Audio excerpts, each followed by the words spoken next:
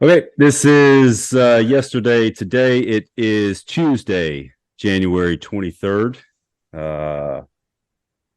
Before we get into it, something coming very soon.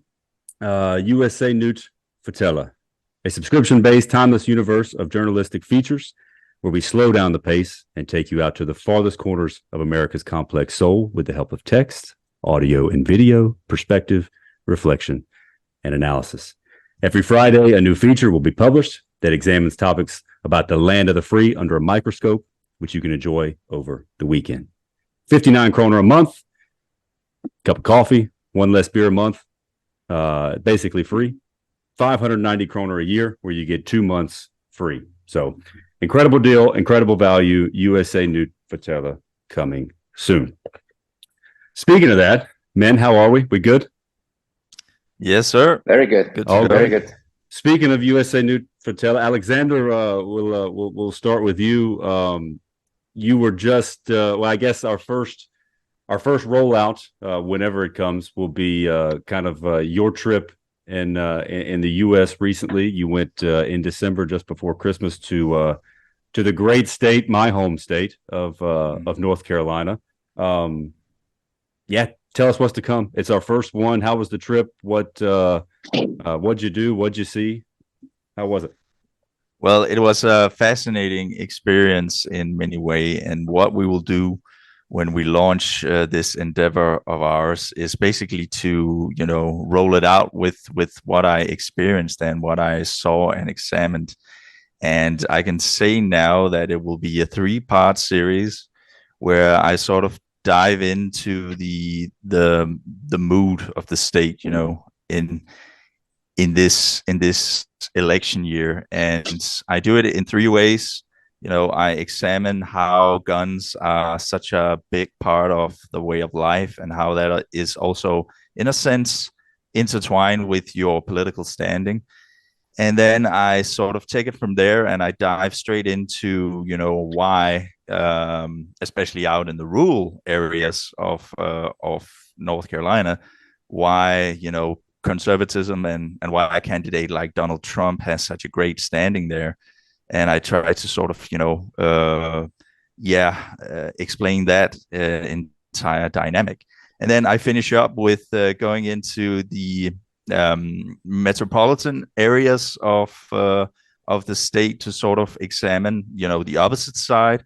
There we have the Democrats, who are really, a stronghold in those areas of the U.S. and in particularly in North Carolina. And I try to sort of dive into how they view their struggle to sort of win back, sort of win North Carolina, because they have gotten closer and closer the last election. So that's the dynamic I examined there. So to sum up, a 3-part: guns and politics. That's it. And it's going to be great. That's fantastic. North Carolina is such a wild state, right? Like we talked about it before you left. If you look at the map, I mean, it's red. Yeah, it is red. But then there's these little pockets of blue where it just so happens, 1 million people live here, 1 million people live here. So it's a very, very, very kind of weird state in that respect. But I saw some videos of you shooting some guns. I'm super excited to read it. I'm super excited to see it. It's going to be great. So look for that coming soon. Andreas, what do you got? Yeah, I mean, if you want to understand America right now and how the election is going to affect, the future of America, North Carolina is a great place to look at. So if you want to understand American politics and be prepared for the election, read those articles, because they're going to be amazing. 100%. Give you an inside look. We're looking forward. That's coming soon. We don't know exactly when yet, but can't wait for it to go live. And Andreas, coming to us from the great state of Indiana, over there for all places. For a little while. I love it, man. How's the trip going? What you've been up to? What you got working? What's coming? Yeah, tell us about it. So Yeah, so I'm doing a little tour of the Midwest because the Midwest is a very interesting region if you want to understand America, especially American politics, because you have places like Indiana, where as North Carolina, it's very red, it's very, conservative, religious, but then you also have these urban hubs, with Chicago and all the big cities. So the Midwest is actually a smaller version of the United States because you have the mix between urban and rural America. You have a lot of white people, a lot of black people, Latin American people. So I'm doing a trip around the Midwest. So the last couple of days I've been in Chicago, trying to understand, urban poverty and the whole what is Chicago today like? Why is there so much crime and what's being done to reduce the crime? And today I'm in Indianapolis, of the capital of Indiana, where I'm going to investigate the politics that are being made in Indiana, because Indiana, for instance, has banned abortion. So I'm trying to understand why some of these policies have been implemented in a state like Indiana. What's the background? So today, this trip, I'm going to speak with some legislators. There's some legislation in motion this week, so I'm going to go to the state capitol, see what's going on. And then for the rest of the week, I'll be in Cincinnati, Ohio, again trying to explore urban poverty, especially crime, urban crime. So yeah, so it's basically a round trip around the Midwest, trying to understand the current situation of the United States, so the Danish people and our followers can also try to understand it. And you're not there long, so it sounds busy, man. It sounds nonstop, right? Yeah. You're only there for a week. Yeah. Yeah. Yeah, so I have a lot of things planned. For your sake. A lot to do, man. A lot to do. No, that's awesome. I'm super excited to read that. Well, like I said, USA Nude Fatela is coming soon, and we have quite a bit lined up, and it's a lot of work. You guys are putting in just a shit ton of hours, and I can't wait to read it. I can't wait to get it out there, and I'm just super stoked for it. Yesterday, this past weekend, couple things. We'll run through it really quick. First one I saw that I just wanted to ask you two about really quick. So Joe Biden forgives more student loan debt. Just a couple of highlights. There's another 74,000 U.S. borrowers will have their student loan debt forgiven. It's a total of nearly $5 billion. Of the group, this is wild. 30,000 have been paying back their student loans for at least 20 years. Joe Biden said in a statement, "From day one, my administration, I vowed to improve the student loan system so that a higher education provides Americans with opportunity and prosperity, not unimaginable burdens of student loan debt. I won't back down from using every tool at our disposal to get student loan borrowers the relief they need to reach their dreams." One would think this would be just a unanimous good idea, right? Nope. Many Republicans have argued that the plan is an abuse of executive authority, with Republican states like Arkansas, Iowa, Kansas, Missouri, Nebraska, South Carolina suing the administration, going all the way to the Supreme Court last June. This is such a foreign concept to the Danish person, to the Danish student. So I want your take on that. We're celebrating forgiving loans that people have been paying for 20 years to get an education. I am unbelievably lucky enough to have just gotten an education along with you two, completely free. I do not have to worry about paying it back. Andreas, what's your opinion? What's your take? These people have been paying for 20 years on a student loan just to get the same education that you got. What do you think? Yeah, it's really different from how the European or Scandinavian model works as well, and it's very difficult for us to understand why it is like it is. So to see that Joe Biden has forgiven 30,000 people, and it's how many billion was it? Like a lot of billions, close to $5 billion. $5 billion. So you do the math yourself. Imagine you had to pay.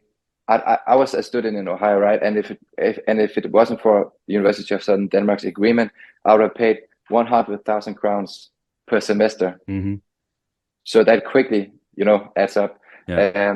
So even though we paid for the taxes, just the fact that we're not in debt is kind of, very different to the US. So, I mean, I don't know how these people can, live. And that's a good in point. That's peace, what I always knowing, tell people when I have that conversation is it's the quality of life for the recent graduate here versus the quality of life for the recent graduate in the US is drastically different. I mean, it's not comparable in any way. In a lot of cases, you start out with a massive service. You've had a job for a couple of years. You get SU, which is depending on your situation, around $1,000 a month to pay for your expenses. You have very little, if any, debt. Whereas, I have family members that graduated with, $80,000, $100,000 in student loan debt just to teach and make $40,000 a year. Alexander, what are your thoughts? I mean, I think in Denmark we would call this move by Joe Biden valgflæsk. I mean, it's essentially a smart move, because I think when you poll this, there's a lot of Americans that feel disparity over the economy and which candidate can sort of handle that question better. And I think among the younger voters, there is a tendency that they are moving closer towards Trump. So, for him to do this is, I mean, in a sense, buying his voters, and it's a smart move again. Yeah. Young people, well educated, that would be his base. So, I mean, just get the base right back in and get the votes in. I mean, 100%. Just again, it's after living here for 3 years, it's hard to even imagine that was. It's just a normal thing. It's just normal. You get accepted to a school, you go online, you apply for student loans, and you get your education, and you pay them back for the rest of your life. Yeah. Next thing, kind of the biggest one from the week. I think we knew it was coming. Maybe we didn't know it was coming this soon. DeSantis is out. He suspended his presidential campaign on Sunday, ending his bid for the White House. The decision marks just a unbelievable fall from grace, where he was once seen as, not only the strongest competitor, but possibly the only one that could beat him, would beat him, will beat him, to now he is in line supporting Trump for the nomination. Trump said, "I look forward to working with Ron." Stark difference in tone from the recent weeks. Looks like Haley was right after all. It is a 2-person race. I mean, joke's on us, I guess. Shout out Nikki Haley for making us look like idiots. Alexander, what do you think? It's big news, but it's not big news. We knew it was coming. It's maybe timing is the biggest thing. What do you think? Yeah. I saw Donald Trump has suspended the otherwise brilliant nickname Ron DeSanctimonious. Yeah, retired. So there's been a lot of activity on X where people are writing, DeSantis is back and stuff. And it is, I guess, a casebook in how not to run a campaign. 100%. I mean, it was doomed almost from the beginning when he launched on X. And all of this, and his campaign slogan was "Never back down." But I mean, just seeing it objectively, this is a major back down. I mean, from a guy who he ran against, the Donald Trump, calling him gay, and making suggestions that he was a pedophile and stuff, and then to see him kiss the ring the moment after, I think it says a lot about that if you want to go anywhere as a Republican in this, day and age, you have to fall in line. The road goes through Trump 100%. Everything goes through him. 100%. Exactly. Yeah. Andreas, So what do you think? say. Yeah. What do you think is, so when you said that, Alex, I was just like, the saying, Democrats fall in love, Republicans fall in line. And that's exactly what's happening right now. Yeah. I was at a gas station yesterday getting a big cup of Coca-Cola, not that Coke. And I met a guy that had a Ron DeSantis t-shirt on. And so I asked him how he felt about him dropping out. And he was like, well, we kind of knew it was coming. It's his big plan to become the vice president. So now he's like going all in, hoping for Ron DeSantis to be the nominated for the nominee for vice president. I don't know if it's gonna happen, but I got a feeling that's what we should voters do. particularly Bring back the candidates, get them on stage. Let's go VP. Let's let's just fight in a cage, do a trivia match. I don't know, do something to fight it out for VP. Yeah, just that's again, funny. Again, not a really surprising story, but to see him, to see the last I guess almost over a year just completely disappear the minute he suspends his campaign back in Trump. It never ceases to amaze me just how, he's just a fraud, he's a coward, he's any other adjectives you can throw his way. Just last one, funniest one of the week. I got a kick out of it. I don't know what you guys thought. Joe Biden's advisors have been mocked on social media for arranging her to speak at an event in Utah at a school named Hunter High. Biden's event was billed by the White House as an occasion to, quote, celebrate educators and highlight the importance of educator wellness. I think Congressman Andy Biggs from Arizona, Republican from Arizona, quote, you can't make this stuff up. You really can't. You can't make this up. Real quickly, what are you guys' thoughts? I mean, just the picture alone is just incredible. Standing in front of the sign, Hunter High, is awesome. It's incredible because, in the times that we're in politics, politicians are surrounded by a gazillion advisors and every detail is sort of planned and thought through and stuff. And not a single person, saw that, as a potential joke, as something. Hey, who thought this? I don't know. I don't know the answer to this question, but I wonder how many high schools are in the United States. Who thought that this was a good idea? Like, it had to come. It has to come up, right? Because as soon as it goes live, the media just runs with it. So it has to come up in conversation. Maybe this isn't a good idea to speak at Hunter High. I don't know, Andreas. What do you think? I agree with Alexander. I don't know what to say. This is like the fact that no one has thought about that. I don't know what to think. It's weird. It's absolutely insane. It is. It's funny. It's I guess from the weekend it was a bit of humor, a bit of levity. I got a kick out of it. So I had to throw it in here and bring it up. It's like the Danish Prime Minister Mette Frederiksen going to a school called the Mink School. Yeah, the Mink. Like right after you kill a bunch of mink, let's go visit Mink High in Copenhagen. Exactly. Yeah. Just a wild decision. Yeah. But that's all I got. You guys got anything? It's good, man. All right, great. That was yesterday. We'll see you tomorrow. Andreas, have a good week. You too, guys. See you. See you. Be safe.